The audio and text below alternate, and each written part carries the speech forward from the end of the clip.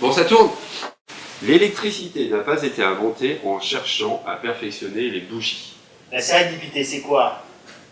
Ah ben, classiquement, c'est le fait de chercher quelque chose et de trouver autre chose.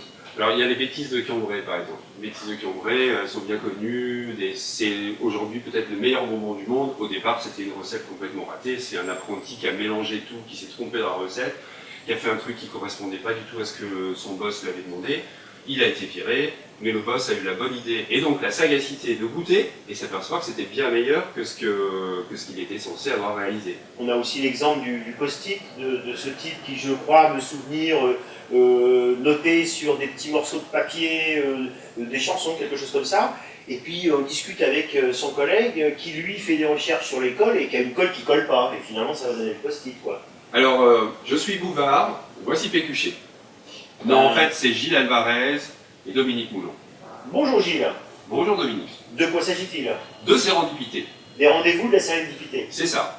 Des rendez-vous de Nemo qui vont traiter du hasard, de l'accident et de la sérendipité pendant un an, à partir du 28 juin 16, pour préparer la Biennale Nemo 2017. Organisé par Acadie. C'est ça. L'idée, c'est de préparer le contexte sur la question de la sérendipité, du hasard, etc., dans l'art, la société, la technologie, etc., en invitant des tas de gens qui ont réfléchi d'horizons très différents sur le sujet. Pour la première, on avait pensé, souviens-toi, Xavier Delaporte, de la place de la Toile sur France Culture, et puis nous avions parlé de Daniel Boursier et Sylvie Catelin, qui sont deux spécialistes de ces questions-là, et qui vont faire une espèce d'introduction générale à ce thème de la sérendipité. Qu'est-ce que la sérendipité et où elle s'exprime?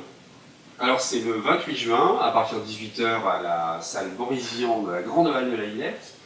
Et puis voilà, il y aura environ 2 heures de conférence et après le live de Franck Vigroux et Kurt Dazir, Centaure. Ouais. 28 juin, démarrage de la Biennale avec un an d'avance.